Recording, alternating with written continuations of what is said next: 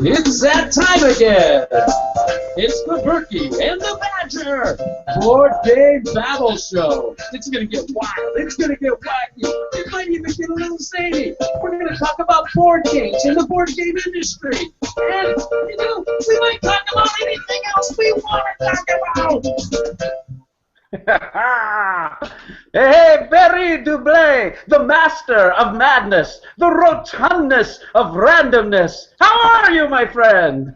I'm very well, thank you very much. But have you remembered, before you give me that wonderful introduction, have you put the record on your record button? Record on, to record like sound extra? Yes. This would be a good move. Welcome to a live show where any pants can fall down at any time, and mine are still on. Mr. Kevin Burke-Hardsmeyer, I'm going to have to rip the sample from this video to put it into the audio podcast. Thank you very much. Fantastic, and today we have our special guest, Sean Ramirez from the Dukes of Dice podcast with us. Hey there, everybody. How's it going? Very well. Thank you very much, Sean. Are you recording this live? Oh, I'm recording this live. I've failed to record one too many times, so don't worry. I've double-checked. This is the show that they never recorded. So, Barry, what are you up to? What have you been up to lately? What have I been up to lately? I'm back at work, and it's good to be outside in the rain, cold, hail slapping you in the face, and yes, I'm having fun. And in my spare time when I'm at home, I've just started doing my top 50 games that I enjoy playing. Yes, 50, not 100, not 10, not 2,557, but 50. And I've just finished recording today, and I had a good laugh doing it. And I'm going to surprise a lot of people because my board game list is not like probably most of the world's board game lists. I watched both of those, and I got to say that there's some fun stuff, some surprises, and it's always incredibly entertaining watching you talk about anything. Yeah, that's why this show is called the Berkey and Badger Board Game Babble, because I babble. It's awesome. If you haven't had a chance to look at them, they're super funny. Check out Barry's channel. I just got back from Board Game Geek Con, and our guest, Sean Ramirez, is actually, him and his wife, Raquel, was on the show, and friend of the show, Matthew, were there. We got to play a lot of games, and Board Game Geek Con is one of these experiences that it's becoming one of my favorite cons. I really enjoyed Dice Tower Con. Gen Con, obviously, is quite the spectacle, but had a great time at Board Game Geek Con. I'm sure some of that will ooze out in this episode. A little bit of business before we get into the things that make us go is Robert Searing, our special friend, makes inserts for board games, foam inserts. It's amazing what this guy does. He has over 100 inserts that he's made, so his variety is amazing. And you can go to insertme.com, and he's got a special going on right now where you can buy 2 inserts and get 1 for free. Now, this is really cool. His website is super easy to navigate, to find out by game. Knowing Rob, too, he's one of the most gentle, kind men I know, and he is so customer-friendly. Really goes through a lot of effort to make sure he gets it right. And one thing that he's doing today, this is only today, the 2-for-1 sale it's his Black Friday sale ends today, but we are also giving away a free insert. All you need to do is contact us on our Board Game Guild, our Facebook page, or this YouTube channel, and post a comment of what you like best about our show, what segment you like, and you'll be entered to win a free insert. So check that all out, and with that, let's go right into the things that have been making you go, Barry.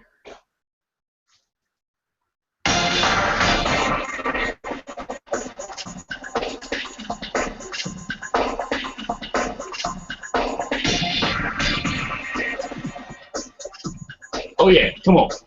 Yeah. I know what has been making me go. And that's the cold weather. Things have been making me go, wow, what have I written down here? Where is it? I can't find it. I wrote it and it's gone missing. Where's it gone? Where's it gone? Oh, yeah, it's Robert Searing's, Robert Searing's new website page has been making me go, because I didn't realise how many different types of box inserts that he's done. There's been nothing really majorly in the gaming universe apart from that for me, I'm afraid. But Rob Searing's site is amazing to look at, and it makes me wish that I had all those games so I could just get all his inserts, if you know what I mean. Yeah, I saw 3 or 4 of them that I wanted to get, I tell you. The site is really cool. I was really impressed with it. It's the same people that do the Dice Tower website helped Rob, so it was pretty cool. I saw something, I like you, there's not a whole lot earth-shaking that's going on, so we're kind of digging a little bit. One thing I saw that CoolMiniOrNot has released a statement that EBS Hobbies will be their hobby miniature distributor in the United Kingdom. And so one of the things that strikes me, you know, I helped with the Blood Rage episode with Cool Mini, and they were really wonderful to work with. But you see the amount of titles that Cool Mini is coming out with, like the Grizzled and Rattlebones and Arcadia Quest, and now the Others is coming out. I mean, Fantasy Flight has really been positioning themselves, in my opinion, really to be a major player in this industry. I think they're on par even with some of the Fantasy Flight type of offerings. And now that they're incorporating into, you know, European markets, I think this is a company to take a look at. Well, what do you think? Which one, Fantasy Flight or Fantasy Flight? Yeah, both of those. But that's what you said. You said Fantasy Flight is in a position pretty much like the other company, Fantasy Flight. You mean CoolMiniOrNot? CoolMiniOrNot is in a position. Fantasy Flight is already in the position, but Cool Mini is going to take them out of the position. That's how it's going to go. Okay. If you say I'm predicting now, okay? That's a good prediction. I don't think they will, but... Slim! So what do you think about that, Barry? I think that's quite interesting. I've never heard of EBS Hobbies. I mean, in UK it's normally Asvidium that print the do the print runs there, or Games Workshop. Are you seeing a lot of Cool Mini product in Europe? Around my friend's house, yes, because he's a big Kickstarter Kickstarter backer. But in the shops, no. Again, a lot of the games come out and they have different distributors and different printers. Like I said, Zombie Side is produced by Edge. I think it's Edge, yeah. And not CoolMiniOrNot. And so how about when it comes to Fantasy Flight now with the Asmodee acquisition? How does that, are you seeing a lot of Fantasy Flight titles in Europe? No, there's still not the Fantasy Flight titles with the Asmodee logo. It's still all the printings which are done through Edge. So that'll probably take a little while to come through, you know, because it's like getting rid of all the old stock and then replacing it with the new stock when it comes in. So like the 9th edition Descent and the 2nd edition Imperial Assault, we'll probably see the Asmodee logo on them. Well, I think that's about all for the news. We really wanted to cut this segment a little short anyway because we have some fun stuff to talk about with Sean Ramirez from Dukes of Dice, and we're going to go right into our good, the not so bad, and the ugly segment where we talk about board games. The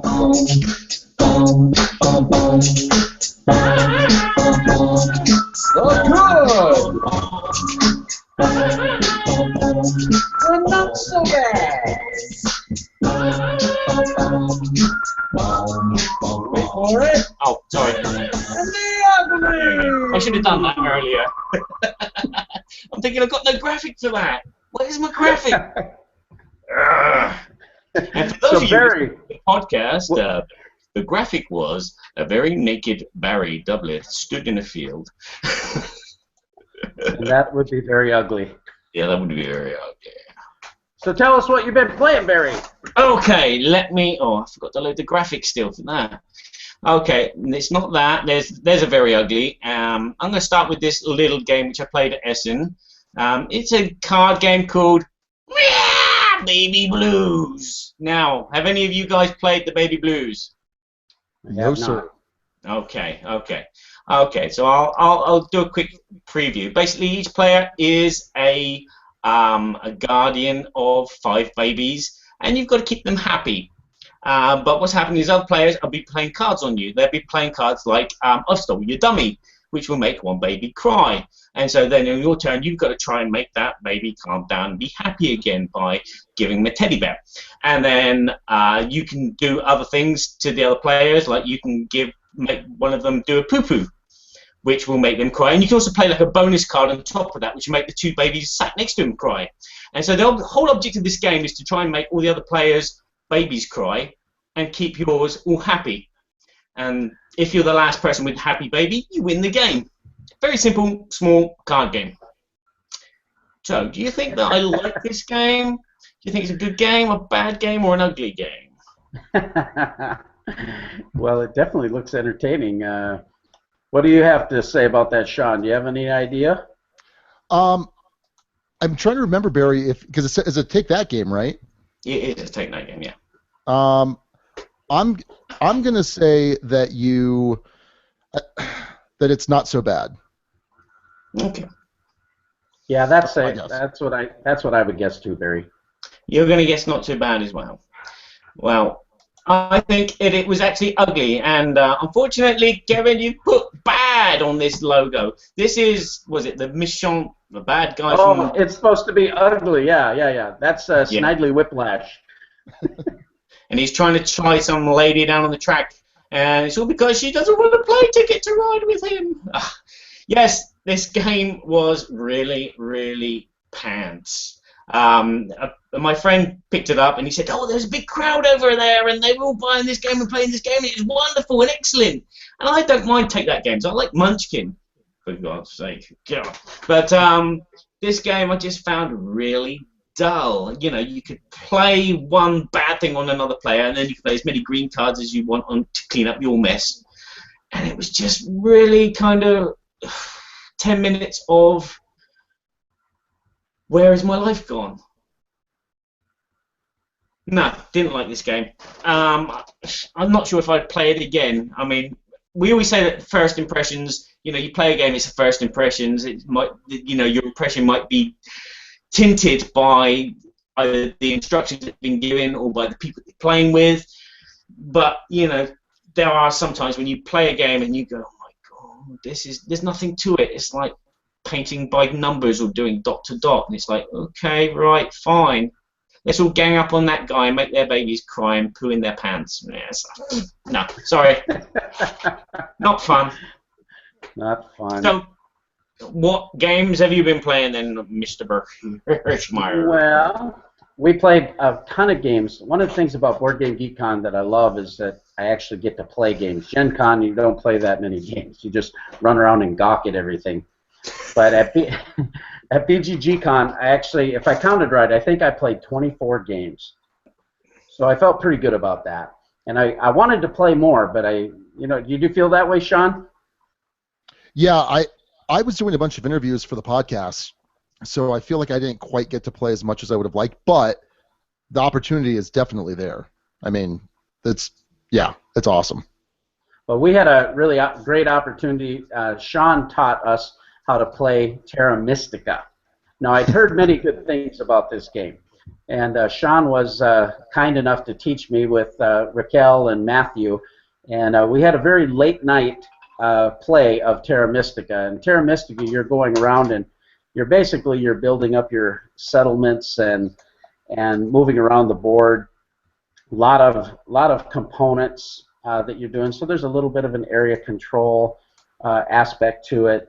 A fairly meaty game and a lot of components. Sean did a fantastic job doing the rules overview.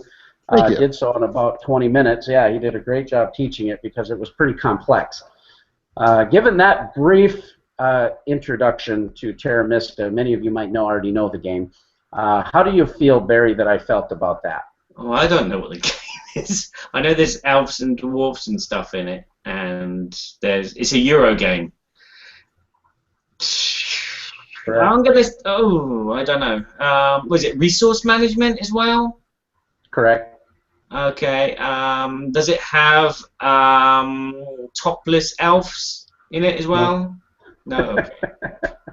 So you're not gonna like it then, are you?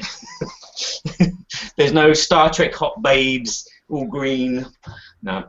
Okay. Well, that's really hard. It's resource management. I didn't give you a very good description of the game. No, you gave me a description of someone giving you a description of the game, which is about as helpful as walking the plank. It's a heavy. On dry duck. The key there is it's a heavier game. You can add to that, Sean, if you want to. Yeah, there's a bit of an area control element. There's a bit of fighting amongst one another for positioning on the board. So it's got. I mean, it's definitely a fairly meaty Euro.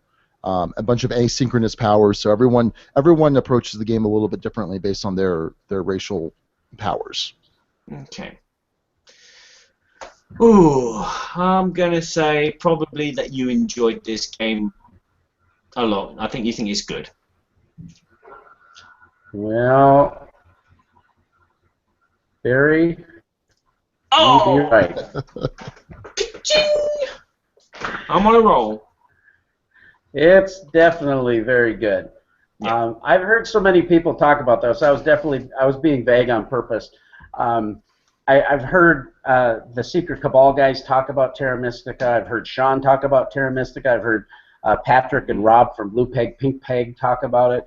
And Patrick, last time I saw him at Gen Con, he just said, "Go and buy this game. Just buy it." Well, I'm looking at the game. It's $52, and then the Fire and Ice expansion's another $32, and I'm kind of, I don't know if my game group will dig this, or am I going to ever get to play it? And so I was thrilled the fact that I had someone who really loved the game was able to teach it to me. And I felt like, you can chime in on this, Sean, so we can discuss a little bit, but I felt like after the first couple rounds there, all of a sudden it started to make sense to me. Moving up our favor on the tracks seemed to make sense. Having a continuous line of settlements and how that works started to make sense. And then upgrading each one of these settlements. I'm probably not getting all the nomenclature right. This is a first play for me. But as far as a first impression of Terra Mystica, that night after I got done playing it, we didn't get to bed till like 3:30, and I dreamt about it the rest of the night. You dreamt about it.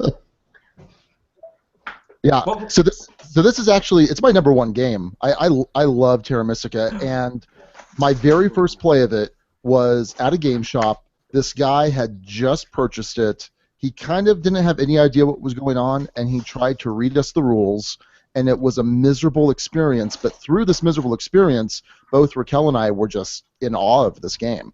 And I think the only thing I dislike about it is that Raquel beats me way too often. She won our game, the one we played at GG, and I think so. In games that I've played with her, she beats me more often than I do. I beat her. So. Well, she was the mermaid clan, and she was, just, I don't know, maybe I'll go over here. She plays that. Oh, I'm just sweet, and I really don't know how to play this game. Oh, she's just whack, whack, whack. Is that your other half then, Sean? Yeah. She's a pretty hardcore gamer. She likes the heavier games, including Terra Mystica. So. We first played with Sean and Raquel at Dice Tower Con, got to know them and become friends, and we had just so many fun gaming experiences. And likewise, BGG Con was much the same. These guys are fun to play games with. I always look forward to it. Absolutely. Yeah, Terra Mystica was a win for me, and I came home and had a cool stuff order, and guess what's on the way? Awesome. Uh-oh. Wait, did you do a cool stuff order right after BGG Con? I did. Yeah, I did too. What did you get? Maybe you can't say. I got Luna, the reprinted Feld from Tasty Minstrel, and I can't say some other stuff. Never mind. Christmas present. Cool. For later. Yeah. Yeah, we got a game show coming up here with Sean, so. We'll let it go at that. So what else have you been playing, Barry? Okay, another game that I got to play recently is a game called Primetime. Ooh, it looks like Star Trek. Ooh, cool. Primetime is a worker placement game where each player is a kind of executive for a TV channel. And your job is to hire actors and buy scripts for shows and then designate them together, put them together so like a script and an actor, and then allocate a day for them, Monday, Tuesday, Wednesday, or Thursday, or Friday, and hope that you can get the majority of viewers to watch your program on that night. So every player is doing the same thing at the same time. They're all buying different actors, and they're also competing for the best show for each night. And how far shall I go? And that's basically the game. You are presenters, yeah, you're not presenters, but you are executives for a TV channel trying to get the best shows for the week, the best programming. And it's worker placement, it's cubes, and it's about TV programs, and there's some zombie TV programs as well, which is always a plus. So is there an economic element to it too, where you get money for different shows or ratings? You get money if you manage to attract audiences to your program. So like your actors will have like some colors on them, and your the programs that you have will have colors on them. And each color represents a different faction of viewers. So it might be children, it might be adults, it might be teens, it might be men, it might be women, and it might be old people. And so, like, each night there's a bunch of cubes on each night, and each cube, again, it's got the colors representing the different types of viewers. And then you just got to schedule your program to the right night. And then everyone takes a cube one at a time and then fills them on to these cards where your actors and your programs are, and you get money for the amount of cubes that you get at the end of the week. Yeah. So it is a little bit resource allocation and a little bit well, a lot of worker placement, but it's a lot of pre-planning because you can actually manipulate. You can try and move like adults to a Thursday night, or you can move women to a Tuesday night to watch their old romantic movies, or you can have a rerun if you ever need to do a rerun just for a cheap laugh. So, but it's kind of a managemental game of getting the most viewers to watch the most of your programs. Well, it sounds interesting. Yeah, you know, I think you like that kind of. It sounds like it's a little bit medium-ish. That sounds like that would engage you. I'd say that you would rate this a good. What do you think, Sean? I think it sounds good from the way you described it. I think, Barry, you've got a flair for the dramatic, so I think this might tie in with that. But yeah, good.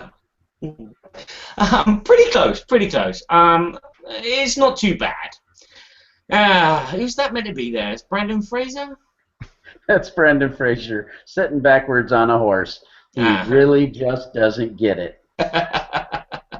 Yeah, it's not too bad. I mean, the theme really shines through on this, but the game does feel a bit clunky. The components are cubes, which is a bit. The artwork is nice. I like the artwork, but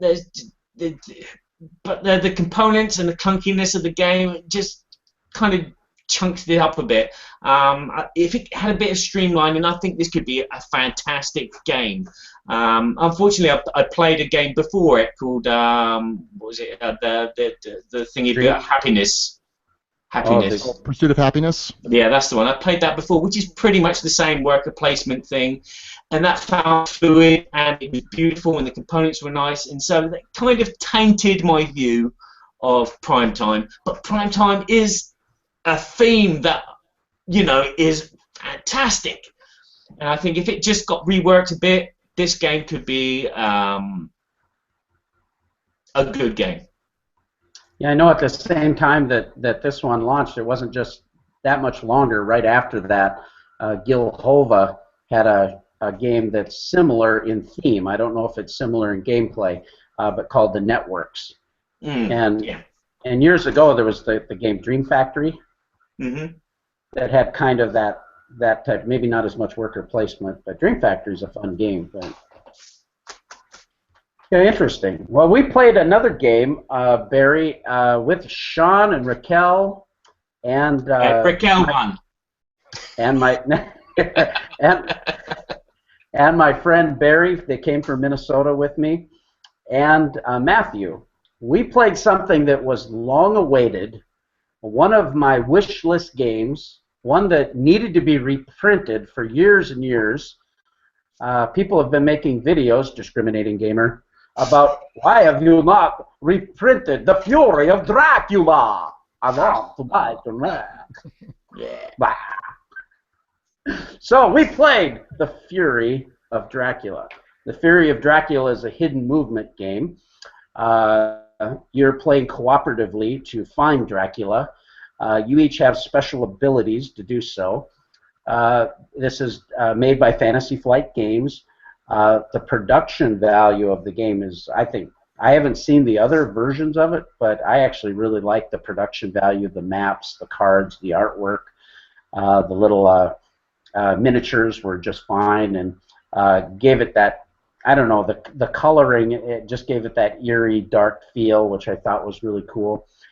Sean had played the prior version, I think, second edition, and so he reread through the rules, and supposedly this streamlines the rules a little bit. And then we played Fury of Dracula. I was Van Helsing. So Barry. Oh, that's it. Van Halen. Sorry. So what do you think I thought about this game? Well, I think that you thought that game that I thought you think was good. Oh, Barry.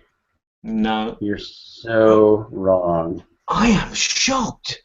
Ugly. Ugly. That's all I can say. Okay, now I gotta clarify it, and the game is not a bad game. I can tell that the game is very thoughtfully designed and well produced. And I think people who like hidden movement, people who like cooperative games that, you know, putting hidden movement and cooperative together in a deduction style, to me it was brutal. You know, it was like the dynamics of our group, and our players are great players, but the thing with some co-ops that just drives me nuts is that everybody is very passionate about what they think is going on. Okay, I can see where this is going. Nobody has a clue, but we're sure passionate about being idiots, you know? We know what's going on, and this is what we got to do to make this happen.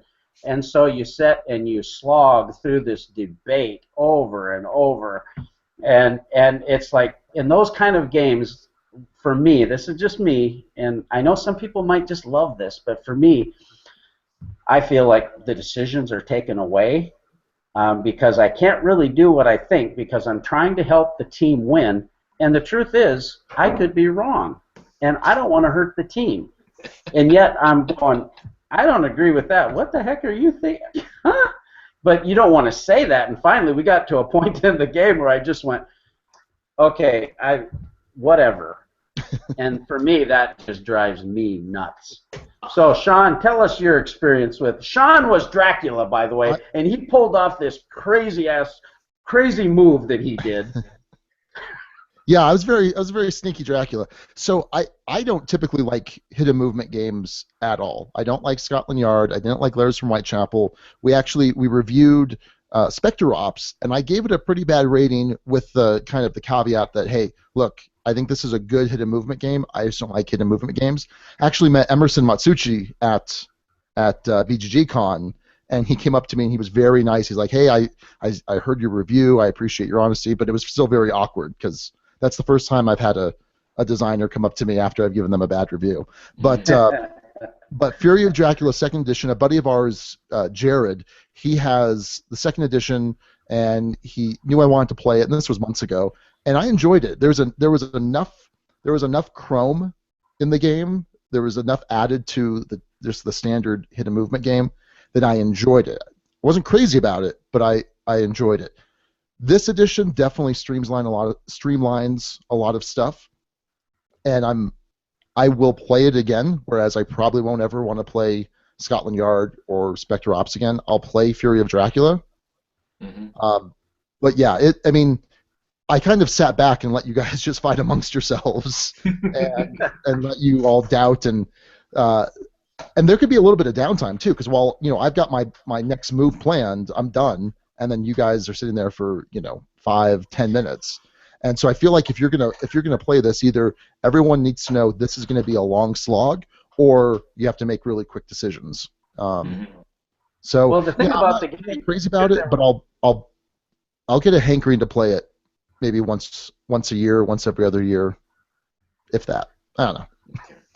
well, this was one of my purchase regrets because I had this game on pre-order for about 3 months, and then it finally came in. When I got home, it was sitting here, staring me in the box, and I just wanted to go get a steak and punch it through the heart. Oh, dearie me. Oh.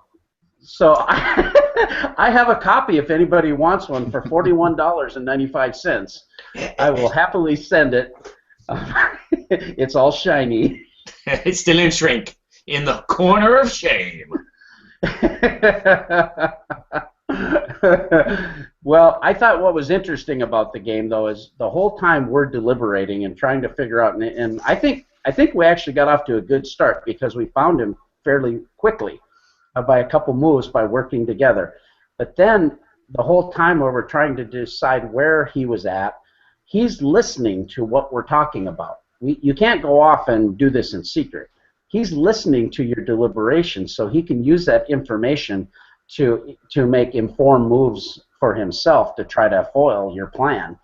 I thought that was kind of interesting, and you did kind of a double cross where you did a double hide or something like that and snuck out behind us.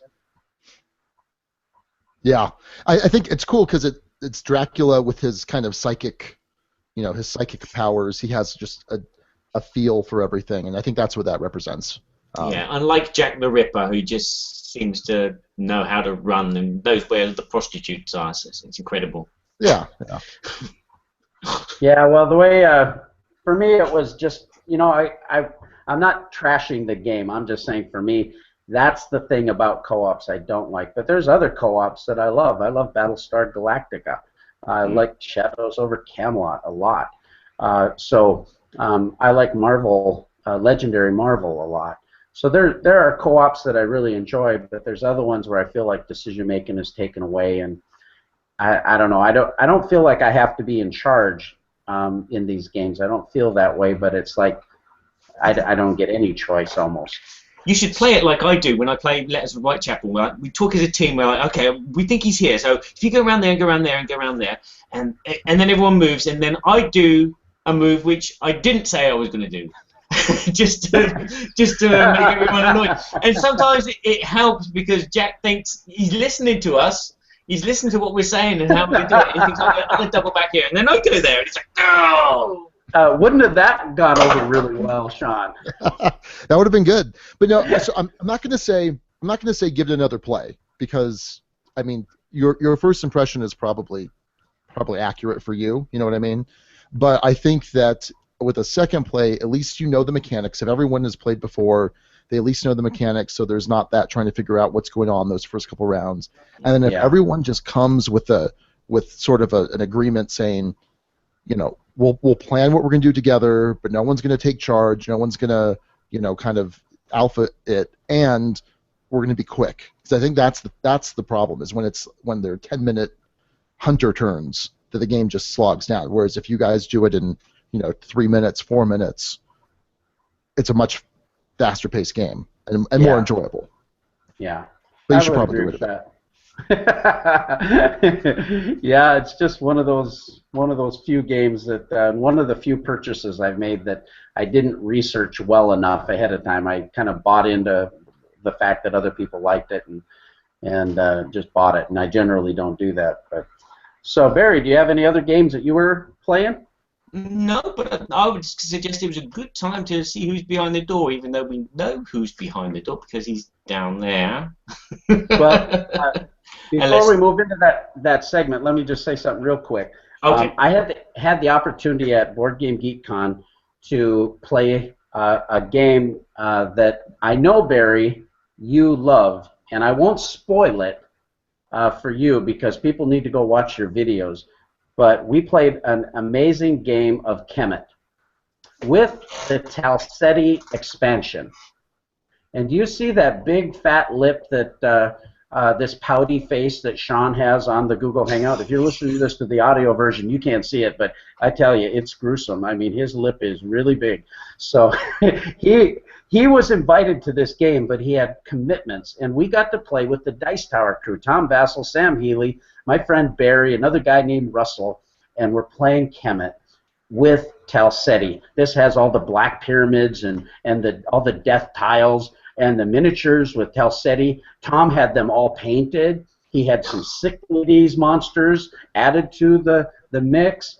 We had the priests were all running around, and the priests were even painted. Even the little mercenary guys from the death tiles.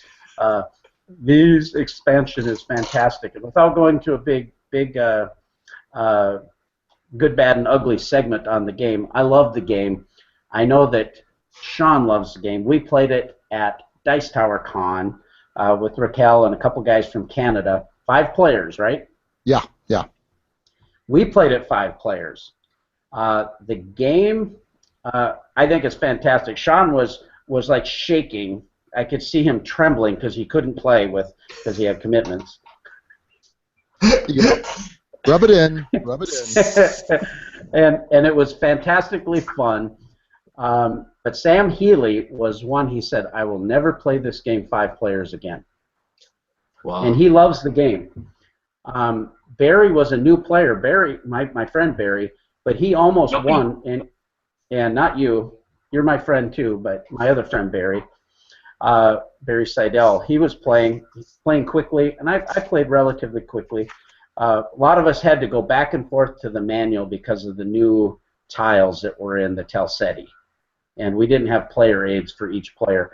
So it did get a little bit long, but not horribly, but it made me think about when we played at Dice Tower Con. We played 5 players, and that game was really long. That was the single longest game of Kemet I've ever played. That was, I think it was 4 hours. Yeah, and it was long. Typically they've been in the 2.5 hour range. I think it's really important to have player aids for everybody. I mean, that's huge. But yeah, I wanted in that game so badly. It's kind of like, oh, poor me, because I actually got to go have dinner with Mike Fitzgerald. That was my prior commitment. So I mean, that's okay. I'm okay with that. That's fantastic. Well, that was great fun. We're going to go into our What Game is Behind the Door segment, but before we do, I wanted to make up one more comment about Board Game Geek Con. We got to meet some fantastic people, and there was someone that I just want to give a shout out to. I was really impressed with this guy. I sat down to do a demo, and I actually got to demo the game Prodigals Club, and this is kind of like the predecessor or the sequel, if you will, to Last Will. And we sat down and played that, and I recognized the fellow, but I didn't really put 2 and 2 together at once. The first time we played Last Will, we went and watched this video from Gaming Rules Vids. Now, subsequently, you see I have a shirt on. Can you see that? Gaming Rules Vids. Well, it happened to be none other than Paul Grogan from GamingRules.com. And he made this video for Last Will with animations, and he starts out with this little English bolo hat, and yeah, he's got an English accent, and it was fantastic in this video. And for some reason, I didn't put 2 and 2 together. But anyway, we got talking, and all of a sudden, it all clicked, and he works for Czech Games. He does rules overviews, and he does rule books, and he does play testing. He works for Czech Games and makes their videos. Subsequently, can I buy a vowel? we we went to Hard 8 restaurant, and we got to sit with Peter and Josh from Czech Games and Paul Grogan and Gil Hoven and Ben Hilliard. We had this awesome time talking about gaming and what's happening in the industry. And I just wanted to say, Paul, I am super impressed with the work that you do. And if you haven't seen Paul Grogan's work at gaming-rules.com, I would highly recommend you check out his videos. If you want to see a watch it played type of video, it's not reviews, it's more watch it played and instructional. It's just top notch. It's some of the best I've seen. And so anyway, well done, Paul, and I'm glad I got to meet you. Real quick, he's a great guy. Paul's a great guy, and he has a podcast too. It's about 25, 30 minutes, and it's called the Gaming Rules Podcast. And he's got some industry people on, and just really, really short, concise. It's not, a bloated hour-and-a-half podcast like some people do. Yeah, it's not a babble. Or a Dukes of Dice. Hey, we don't do hour and a half. We usually go more than that. Okay. Oh, I know. Although it was in the show notes, it was big and bold. Hour and a half. Yeah, but that was a lie. That was a lie. Evil. You are evil, Mr. Ben Hirschman. So we're going to go right on to our What Game is Behind the Door, and this is our segment where we have our special guest try to stump us with 3 different things. With our first part of our game show is, the question will be to our guest is, what was the last game that you purchased? And the Barry answer and is... No, just kidding. Barry and I are each going to get 5 questions, and then we're going to be able to guess. Sean will be able to answer yes or no, and we're going to try to whip through this one really quickly. So the first question I have for you, Sean, is this a card game? Primarily a card game. Yes. Okay, I'll give you a question. I have an idea. You have an idea? I have an idea, but you go ahead, Barry. Oh, I've got to ask you a question. Sorry, I thought you had a question. You It was that you had an idea. No, that's a statement. It's too early in the morning for you, isn't it? Okay. It's a card game. Okay. Is it a 2015 release? It is. Okay. I'm cult to the new, Barry. I don't know any older games than that, so. Okay. So you've never heard of Dominoes? No, never.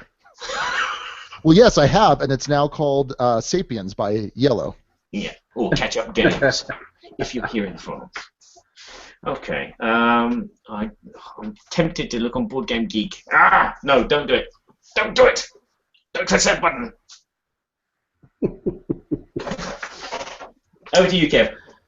Well, would you say that this game has a drafting element? I think you're cheating. Yes. Yes, it does. Okay, I'm guessing Seven Wonders Duel. I think that you should have stayed off my Twitter feed for the last week. Yes. Yes, Seven Wonders Duel. But put a star by it, put an asterisk by it, because I think that was a cheat, but that's all right. No, that wasn't a cheat, actually, but something in my head said, I bet he loves this game. This game is amazing. This is so good. I'm so on Seven Wonders. I think it's a good drafting game. I really enjoy drafting. I have a Magic background.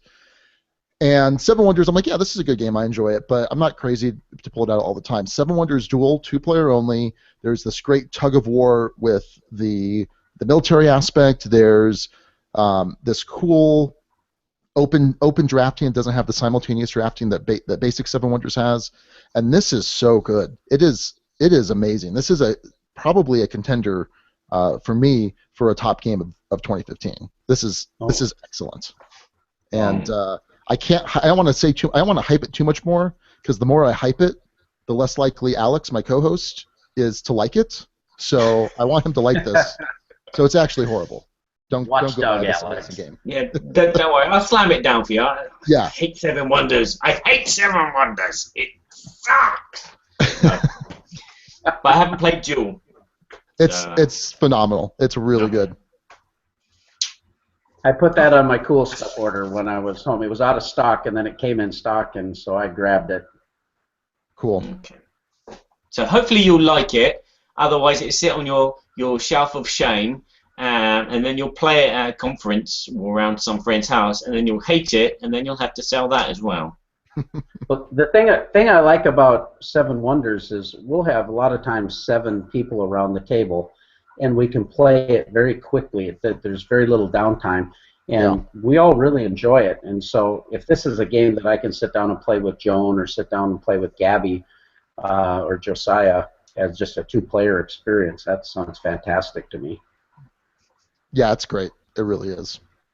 Well, the second question we have for Sean from the Dukes of Dice is, what games are you excited about getting? What games are you excited about getting? And the guest is going to draw us game. Not games. What game are you excited about getting? Getting about excited, you are game what?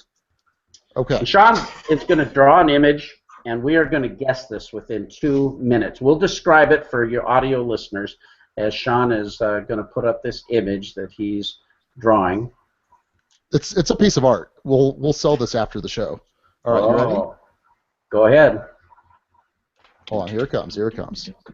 You can talk about it. Oh, wait a minute. Let me just put it on so we can see Sean all the time. Okay. Oh, wow. Okay, there's a sword that has blood on the tip. There's a gun. There's a magnifying glass. There's a kind of like a spy or there's a black cat, it looks like. Or a fox. There's an image like islands. Yeah. Oh, that's like Asia. Oh, I know what it is. You know what it is, Barry? Give me a second. I haven't got a clue. I'm going to say Cluedo. No, incorrect, sir. When you see this image, it definitely makes you feel like Clue because you got the magnifying glass and all this stuff. And the fox. Yeah, there's a fox in Cluedo. There's a fox. This guy's got skills. This guy's got skills. He can draw. And the fox is called Mrs. Scarlet. Ah, yeah.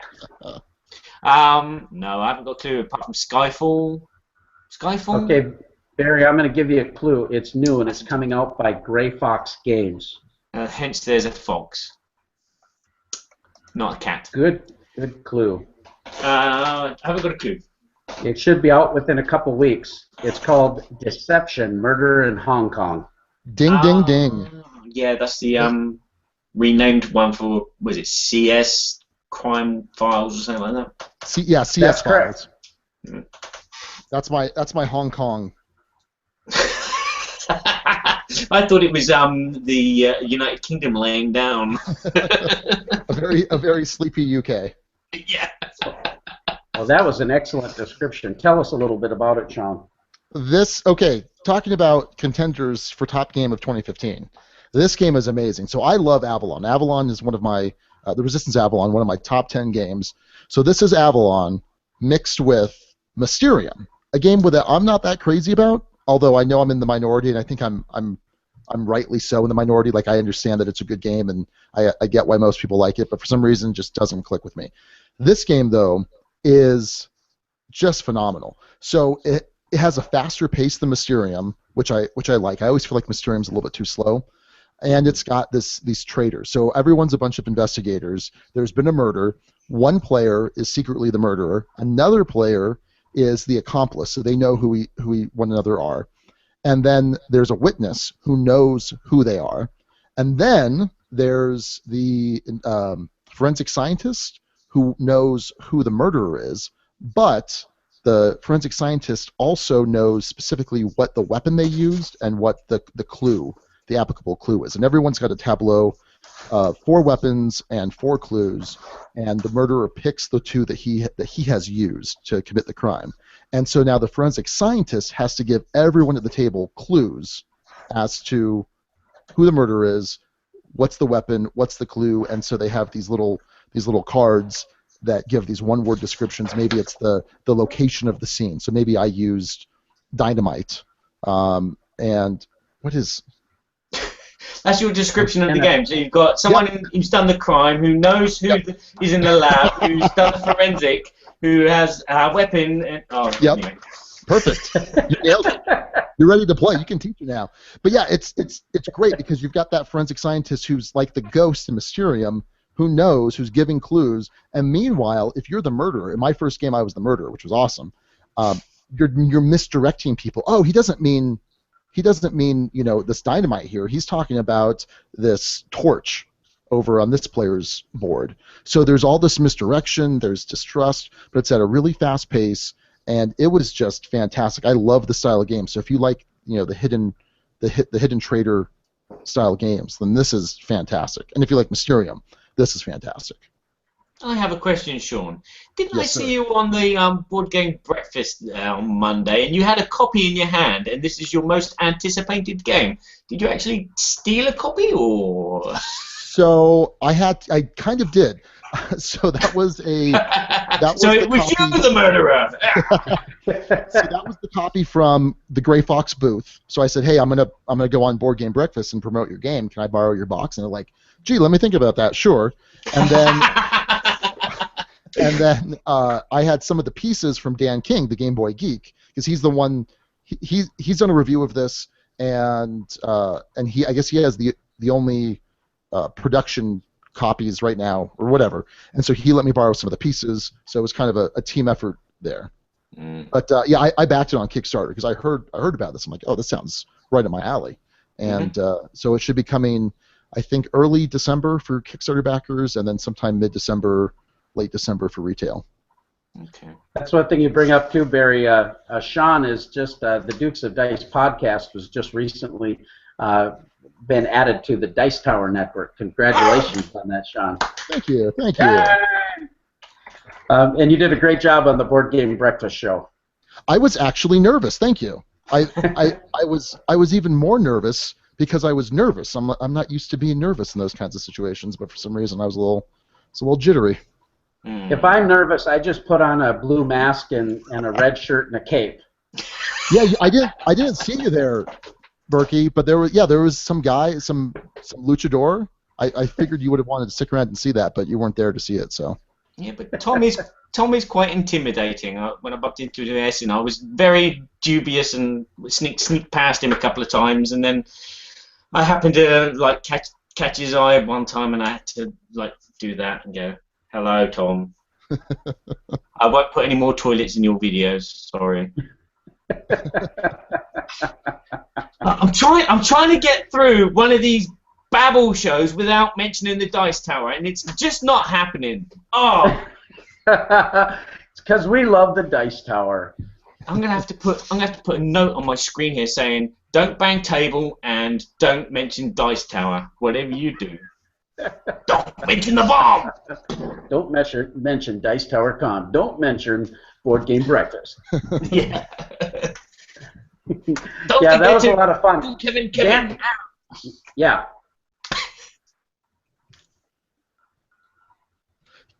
Berkey, did you get a chance to play Deception at the con? Well, Dan King, man, he was evangelizing this game, and he was intensely enthusiastic. I mean, he was popping this game everywhere. I played this game with Joel Eddy and Lance Meister, from Joel Eddy from Drive Thru Reviews and Lance Meister, the Undead Viking, and I think Keith was there. Keith Collins was there. Yep. Played with them. I must have played 3 or 4 different games just with Dan King, and then I think we played one other game. Oh, Suzanne was there for one game. I got to be the investigator on one, and that was kind of cool because that adds that whole different flavor. And because as an investigator, you know who's the murderer, and you see them deflecting. And it was Dan King was the murderer, and he was deflecting beautifully. And I had awesome clues, and the one guy knew that my clues were right, but he deflected everybody else off the track. So you liked it then? Oh, it was crazy good fun. I'm just like you, Tom, Sean, Tom Bassel. Top 100 games of all time. I loved it. I'm like you with Mysterium. I played the first version, the Polish version, which I think I like better than the American version, but the American version is so much better with the components, but I didn't like the fiddly little psychic thing where you'd say, no, I don't agree with your choice or whatever, and then your power would go up on Mysterium. It kind of set the team against each other, I thought. But where this, I was in, and I'm not a big party game guy, but I was in all the way, and it was just fun. Yeah. Sorry, I see code names. That's not party game, is it? No. No, same deal. Same deal. Alex, should we go on to question 3? There we go. Go ahead. This Okay. is what is your current favorite game? Now we're highlighting the word current because I do know some of your top games. Right. So it's not going to be Zolkin. It's not going to be Terra Mystica. Not going to be Motainai, which is, I think, currently the front runner for my game of the year. So I'm supposed to give you guys some clues, right? Yep. One-worded clues, please. Okay. One-word clues. The first word is crawl. Crawl.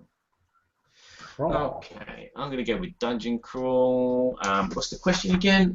Your current favorite game. Dungeon Crawl. I'm going to go simple stuff. I'm going to say Descent. No. No. But I enjoy it quite a bit. Cool. Arcadia Quest. You should have sat out, Kevin. Booyah, baby! Booyah! Out. You have a stalker, Sean. He's stalking. I guess. So my next clue was PvP, player versus player, and then PvE, player versus environment, and then PvC. and then Chibi. Oh, Chibi. I would have got it on Chibi. Now you guys don't have money placed on these, right? Like you're not betting each other, because if so, Barry, you need to get your money back, because. Well, we're just betting with you. You have to send us money because we got it. No. I think you have to send us the game that we guessed. Oh, dang it! I like that. That's So a have you good guys one, Barry. That is a good idea. That's a great idea. I don't like it. This thing. I don't like it at all. We won't have any guests, you know that, Berkey. Well, we don't tell them about it till it's too late. True. So have you guys played Arcadia Quest? Yes. And I are you a fan? I have not. I played it at about 4 o'clock in the morning, and me and my friend Itai Perez, who you may know from the Dice Tower, he said that word again. We were playing it with some guy who taught us the game and decided to whip our asses with all the special moves that he knew, and we were just 4 o'clock in the morning as well. So, yeah, it's okay. It's pretty. It plays like a dungeon crawl with fighting, but I'd have to play it a couple more 100 times to get the strategy and start liking it probably. So, yeah. Yeah, so I mean, I love dungeon crawls. I love Descent. I love Imperial Assault, Mice and Mystics. So it's a genre I really like, and the chibi miniatures I can do without them. I mean, I'm not crazy about them. I think they're really cool looking, but it's just not a style that I'm crazy about. But the gameplay is just I love it because, like I said, it's got that PvE, so you're fighting against the dungeon. And PvP, so it's not a cooperative like Descent or Imperial Assault. It's not a one versus many thing. And so you're fighting against each other, and you don't have just a single character. You have a whole guild. You have 3 characters. And there's a campaign aspect, but it's not as heavy a campaign aspect of, as say, like Descent. But you're definitely progressing your characters, getting new equipment, which I love. I love that kind of that ongoing story. Mm-hmm. Right. And so I went nuts at BGG Con. I bought all of the extra heroes. I bought the expansion, which then got me points to get the previously Kickstarter exclusive minis. I just backed Inferno, which is currently on Kickstarter, the newest expansion, and I love this game. I think it's great. It will more than likely kick off Imperial Assault for my top 10. Oh wow! Yeah. So you're gonna paint all your miniatures? I don't know. I used to play a lot of Warhammer. I mean, a lot of Warhammer. So I'm a pretty good painter. But the chibi minis are so much harder to paint because the faces are so big that you have to really do it right. Otherwise, they just kind of look like a blob of goo. So I'm a little intimidated.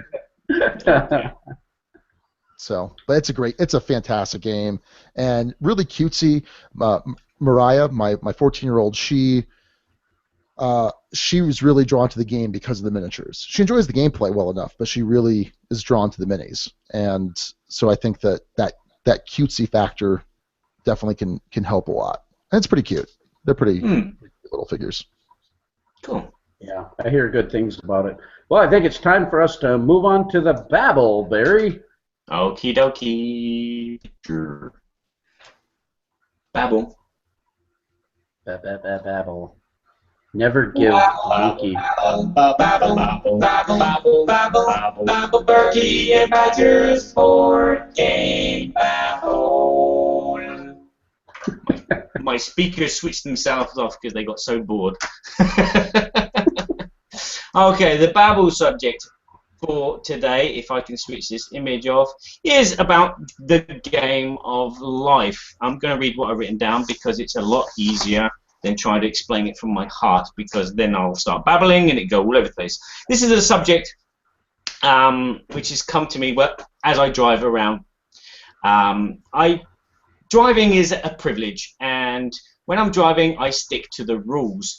And it annoys me when I see other drivers not sticking to these rules and not indicating or not parking properly or going the wrong way. And it annoys me, much like it does in a game. When I'm playing a game, I stick to the rules, and when someone bends the rules, it annoys me.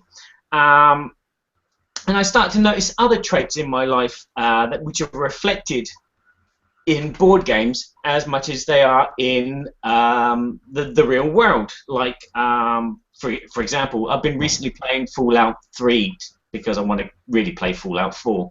And every time I play Fallout, I always play a good character. I can't do nasty things to people. I always have to do good and just things. And that's pretty much like me. Again, when I'm playing a game like Sheriff of Nottingham, I find it easier to tell the truth all the time because I'm not very good at lying. Not that it helps me win all the time, but that's another story as well. So I don't know. I'm a kind of a just person in a just world, and when I play games, I play in a just way, and I don't like it when I find it difficult to play. I don't really find it difficult to play Dungeon Master because I like it when my baddies fall down and die. But I just started seeing these parallels between my real life and my gaming life, and I just wanted to open it up to Berkey and I guess Sean here. Do you see anything in your life do you see your life reflected in the way you play board games, or are they two totally different people? Berkey. Yeah, I think it's kind of interesting, how you see things. If you see things very black and white, you can take that approach to gaming. If your personality is very black and white, there are some things that feel more absolute to me than others. So, but when it comes to gaming, I'm a little bit more able to I don't know what the word is, to separate myself from that. When I'm gaming, we play Sheriff of Nottingham all the time. That was a great example. I have no problem with that bluffing. It's that line. Have you ever seen the movie that has? I just lost the name of it. It's a fantastic movie. Where they're sitting at the poker table, and the one attorney is looking at it's quiz show. Oh. And they're sitting at the table playing poker, the one guy, they've rigged the quiz show, and the main character has been given the answers, even though he's this brilliant professor. Mm-hmm. I'm forgetting the actor's name too. He's fantastic. It's fantastic in this show. And they're sitting at the table. The attorney looks over at him and he goes, "You're lying." The guy looks up at him and he says, "It's called bluffing." But he was talking about him lying on and cheating on the show, not in the actual game. And so I think there's a difference, how we live our lives and stuff like that, because I would like to think that I would live my life with very high integrity, but when it comes to gaming, we're playing a game, so I'm okay bending those rules in that regard. What do you think, Sean? So speaking of attorneys, I'm an attorney, and I made a joke in sorry to mention Board Game Breakfast, that I'm a lawyer. I lie. That's what we do, and that's a joke that gets laughs, and it's you come to expect that. Now the truth is, if I lie to the judge, if I'm in court and I lie to the judge, and that comes out, I lose my license, I lose my livelihood, and so it's very important to me to be honest, not just because I'm going to lose my license and my job and whatever, but it's important to me. Now it's difficult because there are sometimes, by the way, I'm a corporate attorney, so there are sometimes I have to protect the interests of my clients, and there's sometimes my clients do stupid things. So I have to be creative, but be truthful, and maybe that's where attorneys kind of get a bad rap, because maybe they're being truthful, but they're also being creative. So and also it doesn't. I also kind of identify with the bad guy a lot. I'm wearing my join the Empire shirt. Yeah. So I always tend to like the bad guys, and so I don't know. And that's in movies, that's in TV shows. I just think they're so much cooler than the good guys. I mean, come on. And in games, I like the bad guys. If there's a good guys and bad guys, and you have to pick which side, I'll usually pick the bad guys. If it's a 1 versus many game, I enjoy being the one that Dracula. Everyone's fighting against, like Dracula or Imperial Assault or whatever. So there's a part of me that likes to kind of be the bad guy, and I don't know what that says. I don't know what that says about me. I guess that's a little troublesome. But yeah. But as far as lying in a game, I mean, I love it. I love the ability to lie and be deceitful, and know that it's all within the confines of a game. And it's something that I can't do in my real life, as much as people think otherwise. Is your wife there watching? Is she? Well, you know what's crazy? So we play Resistance, we play all Sheriff of Nottingham, all these games with bluffing and lying and deception, and the 14-year-old, oh man, we turned her into a really good liar. Like it's really scary. Yeah, but we did the same with an 8-year-old. Yeah. So, yeah, I like the kind of release you get playing board games, and at least for me, I can kind of live out my darker side, I guess. That's how I control my dark passenger, is by playing board games. Dark passenger. I think it's for me too, Barry. I think it's evolved. I don't know about for you. When I was younger, I was a very aggressive player. I used to wrestle in high school, and I was aggressive when I wrestled. And so my personality wasn't violent, but it was aggressive. It was always, I'm going to go for it. I want to achieve. I'm going to go for it.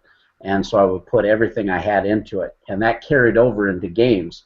And when we played Risk, or we played Axis and Allies, or Fortress America, man, I was intense with it.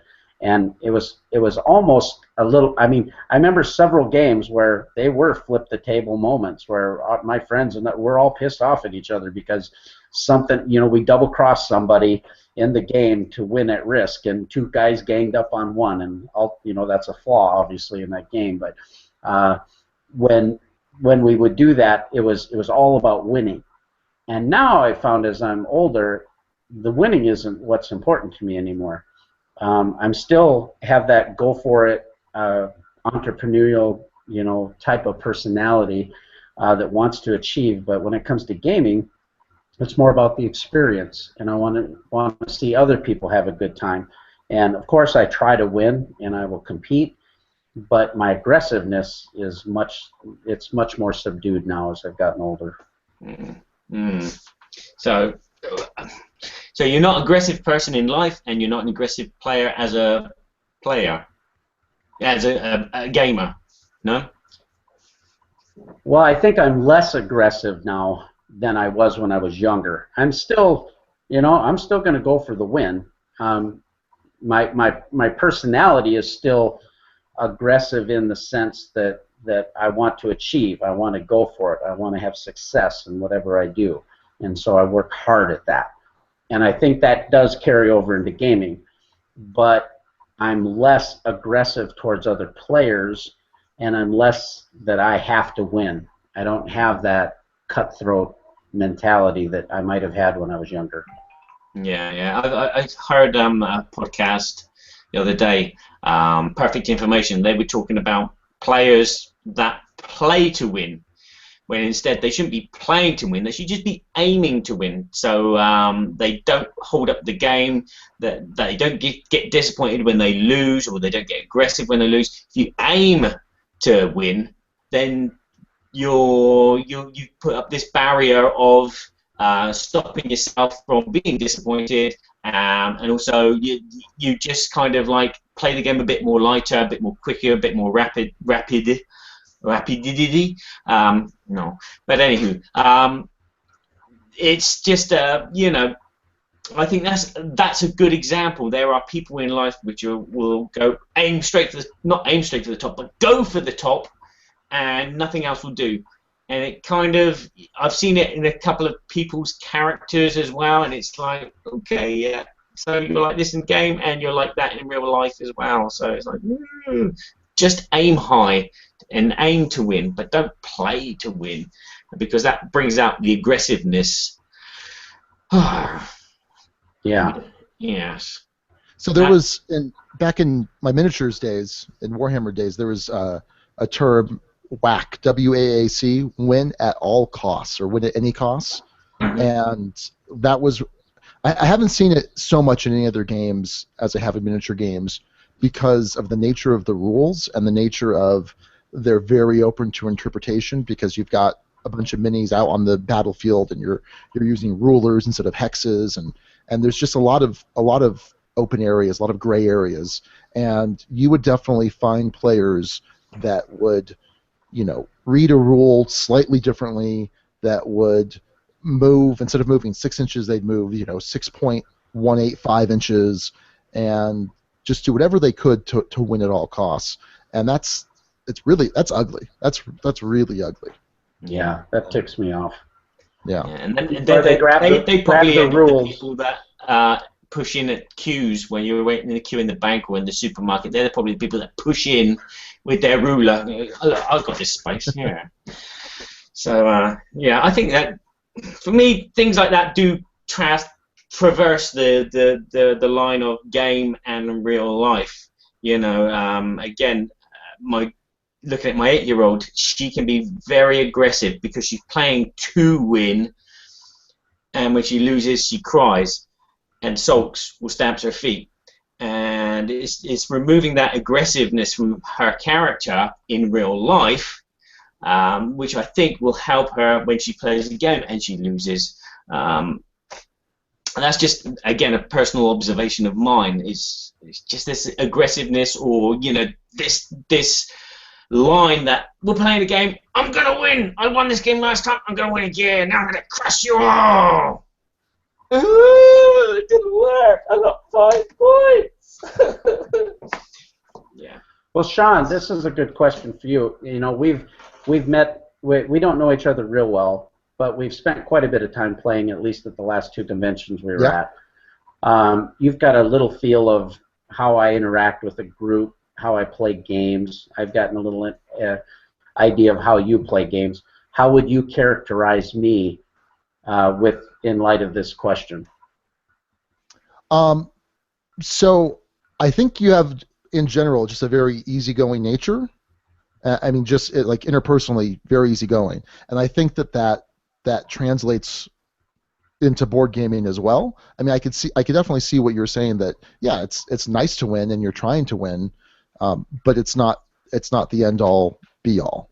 And so I think that's pretty apparent. Like I can see you as you're starting to like learn a game, because I've taught you Terra Mystica, I taught you Kemet, and there's always kind of that learning curve in some of the more complex games. And so I could see you like assimilating the information and the rules and trying to figure out what can I do to best develop a strategy and employ that strategy.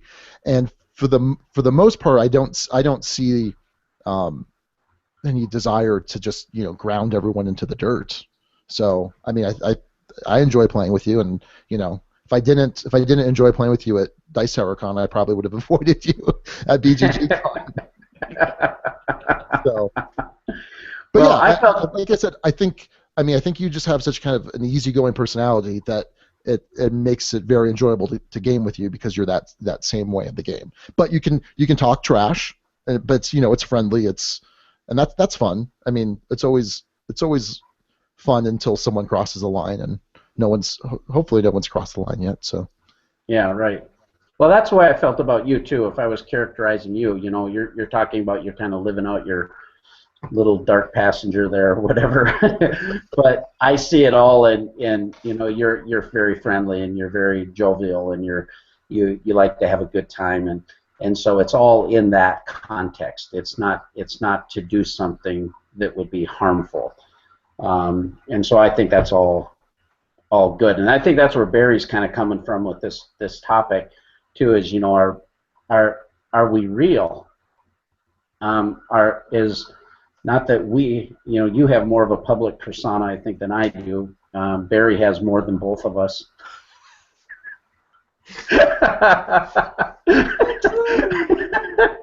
There you go, Barry. No, I'm just saying, sometimes I did music for many years and traveled all over the country and played with some significance in the industry, and some of the people that I met on the side in the backstages, they weren't the same people that I thought they were. You know what I mean? And then you meet other people who are like, wow, that was a breath of fresh air. This person is just like I thought. They're kind, they're gentle, they're whatever you thought. And I think it's really important that I think we should be good people. We should be good citizens and all of that. We should also be good gamers. And I think by the most part, I've seen most of the people in the gaming hobby have good personalities personally, and it carries over into gaming. But then I've been at these tables where I remember playing a game of Thief last year at BGG Con, and there were two super alpha wargamer guys in the thing, and it didn't go their way. And one guy stomped off and swore, cussed, and took off and just quit the game. The other guy was just a jerk the whole time. And I'm like, oh, God, I just want to get out of here. But I think that's probably the way they were in their real life.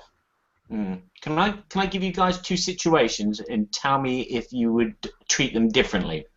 The first situation is you're playing a board game that you're very familiar with a group of people that you don't know. And while you're playing, one of the people says to you, you can't, that's not right, that rule's not right, you're doing it wrong. And then they show you the book, they go through the interpretation of what they believe the rule is, and there's a little debate. Okay, situation number one. Situation number two, you're at home and you're doing the washing up.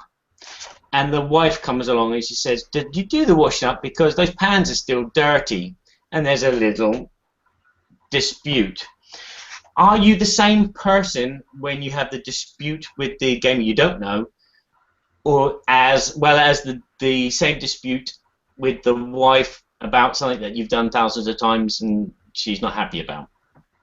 Would you give the same response? Would you react the same? Yeah, I think that's a good question. I'd like to think. I think once we get familiar with people, we tend to let our guard down a little bit, and so we're a little bit freer to, you know, Snap and go mad at them and go, ah!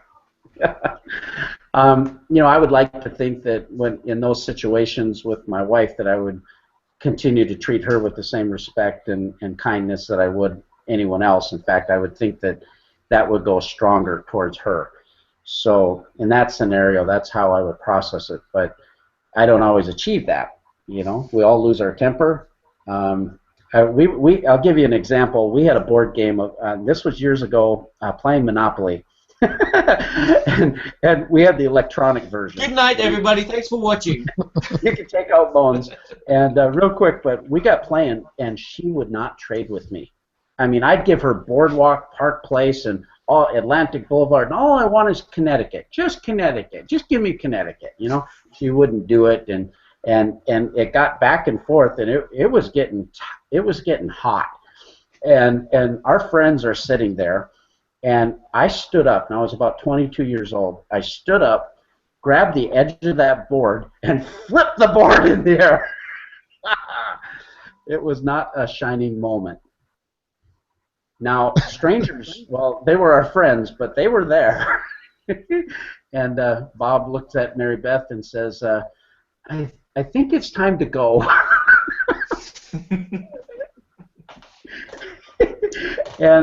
And then it was quickly resolved, and everything was fine. But, you know, had they not been closer friends, and you get familiarity with your wife, would you do that with strangers? Probably not. I don't know. How about you, Sean? Yeah. So, okay. Looking at the gaming example. So, you know, I look at rules all day. I mean, in my job, I look at rules. I have to interpret rules, you know, statutes, the law, etc. So I pride myself on my ability to correctly interpret a gaming rule book. And maybe it's a pride thing or whatever, I don't know. But in that kind of situation, I would definitely say, hey, look, I'm pretty sure it's supposed to be read this way. Here's why I think that. But I will if there's any pushback, if they're like, no, it's definitely this, and it's like a new group, and I'm new to the group, and I'm trying to kind of ingratiate myself with everyone, then I'm gonna be like, all right, that's fine, as long as we're all playing by that rule. In the back of my head, I'll be like, God, you guys are so wrong. But I remember when I was younger. So one of my best friends growing up, his name's Ellie. He lives out in Florida. He's actually going to Dice Tower Con next year. But I remember we were in his parents' garage playing Warhammer 40,000, and we got in a rules dispute, and it started off, oh, I think it should be this. No, I think it should be this way. And it just escalated to us just shouting at each other. And to the point where I'm like, that's it. I'm done. I'm packing up my stuff. And that was it. You know, I'm taking my toys and I'm going home. And so I'm happy that I've been able to pull back from that. That I can just say, hey, I think it should be this way. Oh no, you don't agree? All right, that's fine. Now with say my wife, yeah, I think what you were saying, Kev, that you have, you know, this familiarity, and I think that, like, if it's my gaming group, I'm gonna say, guys, this is how it is, and you know, this is why, and I think I'd be more willing to kind of push back some more with my normal group. And maybe I think the same with Raquel. I'd be like, hey, that pot is scrubbed pretty dang well, so you can just deal with it. There's still some Happy Mouth stuck on the outside there. Yeah, well, I'd probably phrase that incorrectly by having strangers and then talking about someone close. So, my bad. My bad. No, I think it's a good discussion, and I think one thing is we're probably all maturing. We're not only maturing personally, hopefully getting better. We're maturing as gamers, and that allows us. Well, yeah. I mean, there's times where we know it's appropriate. So, would you say that? Let's sum up then, shall we? Would you say that your character outside off the table is the same or different to... Oh, God. I need coffee. Would you say your character is different on the table and in the real world, or would you say they're the same? Well, I would probably say mostly the same. You know, I will do things in games that, you know, as far as bluffing and that kind of stuff that I probably wouldn't do, you know, in real life. But as far as personality-wise, I would think I'm the same. But who knows? Who knows her own heart, right? Yeah. What about you, Sean? Yeah, I would like to think that I'm the same. I know one thing that I like to do is, you know, especially if I'm teaching a game to new players for the first time, and you could correct me if you haven't seen me do this, but I do like to kind of point out, and I hopefully not in an overbearing way where I'm telling people what to do, but just saying, hey, you know, just so you know, if you do this, that would likely let me be able to do this, and that may not be the best situation for you, because I don't get a lot of enjoyment out of teaching someone a game and then steamrolling them. Like that's not fun to me. I get enjoyment out of having a good, honest competition and me doing my best and my opponents doing their best, because then if I win, great. I won amongst fierce competition, and if I lose, well, competition was tough.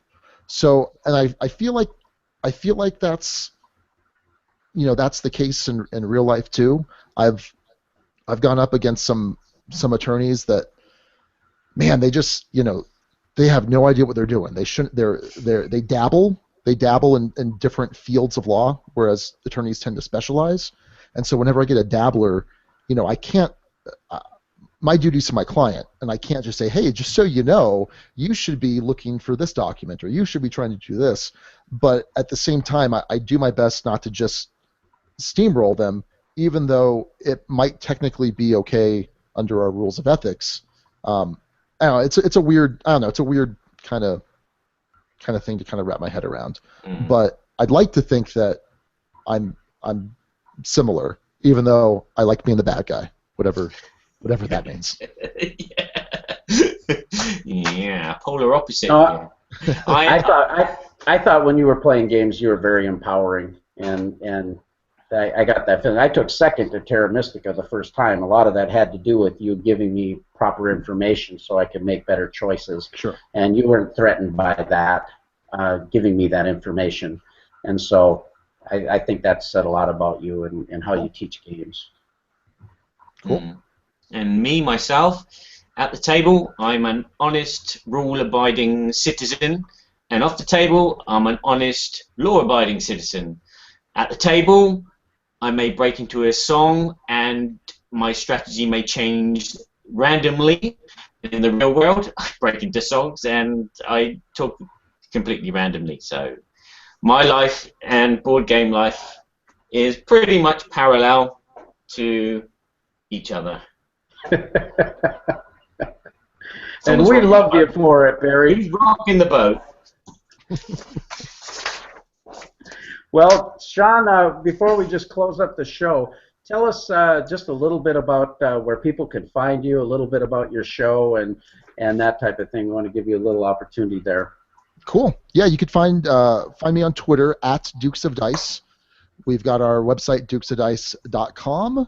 And we do a weekly board game podcast. Episode 68 is going to drop this Monday. We're going to review Orleans, which is the first game that I got mine. Played together. We're going to review that, and we're also going to talk about Hype. And like you said earlier, we're a proud member of the Dice Tower Network. So definitely go check us out.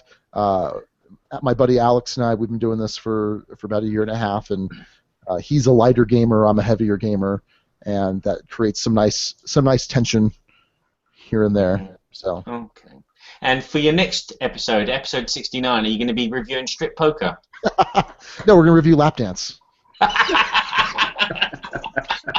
Seriously? Not as a Dice Tower Network member, Barry. Come on. That's why we're not on the Dice Tower Network, Berkey. I tell you, mate. When you say... And that's all on you, Barry. Yeah. Well, you know. Yeah, no, I got to say, just to give a little plug to Dukes of Dice, I met Sean and them. I hadn't listened to the podcast. I met Alex also. We played two rooms and a boom, and just got to know the group a little bit. And I started listening to the podcast. The Dukes of Dice podcast now is definitely in my top 5. I have 5 of them that I listen to religiously, and that's the Dice Tower Network. I listen to Blue Peg, Pink Peg, Rolling Dice and Taking Names, Dukes of Dice, and The Secret of Cabal. And I have a hard time, honestly, rating them, but I look forward every week to listening to what's going to happen on the show. So you guys do a great job. You're very articulate and great topics, and I'm glad to know you. Well, thank you. That's awesome company to be in. So, and yeah, no, I love that we got to hang out at Dice Tower Con and then like we mentioned at the end of the last podcast. Phone's going off. Hold on. Sorry. Yay! That's perfect for the show. He was so good and he was so clear, and then he did something like we do. I lost my train of thought. We were having a tender-hearted moment there, and it was ruined by. Yes, we were just contemplating the color of your eyes. And aren't they beautiful though? Yeah, and I mean, you've got a 14-year-old. You look so young. Yeah. You can't be older than 32. Really, it's my eyelashes. I've been told that my eyelashes are just. You can't. This doesn't really let them come through, but I have the longest, thickest, silkiest eyelashes. No mascara for me, darling. But no, it's great. I give up. You were saying it's great to be on your show. It is. No, I appreciate the invite to come on and to stink up the video feed a bit, but. Well, it's fun. And Sean even invited me on the conclusion at Board Game Geek Con on his live interviews, and if you didn't get a chance to catch that, I think it was episode 68, BGG Con. 67. Yeah. Some fantastic interviews with reviewers, and then you included me and my friend Barry for your concluding remarks, which was pretty cool. Yeah, it was a lot of fun. Well, shoot, I mean, we played a bunch of games, so figured might as well get your input. Yeah, that was fantastic. Well, Barry, I think we're about ready to go. For those of you that just tuned in, make sure to check out Insert Here, me, Robert Searing, and his inserts. You get a 2-for-1 special. It's only good today, Saturday, for their Black Friday sale. But if you go to our Board Game Geek Guild our guild, or you go to our Facebook page, or to our channel here on YouTube, you can register your comments on what segment you like, and you'll be entered to win a free insert from Robert Searing. So check that all out. And Barry's putting something up on the screen that I can't even see, but that's all right. You just said it, so I'll put something else up. I dropped my trousers. Here I am on the live podcast. Jumping out of your pants. Yeah. Hey, there we go. Hey. So with that, Barry. We will bid you good night. Thank you very much. We'll put the links up here on the screen, and we will play you out. Thanks again very much, Sean Ramirez. I can't do it. Ramirez is the greatest. He is the greatest. Ramirez is the most beautiful. His muscles are the greatest. He doesn't dance at the disco. You dance at the party. Sean Ramirez. Thank you both. No problems. Thank you very much. You have a good weekend, and we will say goodbye, and let's rock and roll. Bye-bye. Yep, the speakers have switched themselves off again. Oh, no. Yeah, oh, no. We're so glad we had this time together. No, we're not. Now it's time to go. We don't want to. We want to talk some more. It won't be long until we have another show. Yes, it will be a good couple of weeks, maybe when Kerry gets back from holiday. Keep us in mind, get online. Turkey and Badger will be back in no time. Tomorrow night, is that good for you? Yep, sounds good.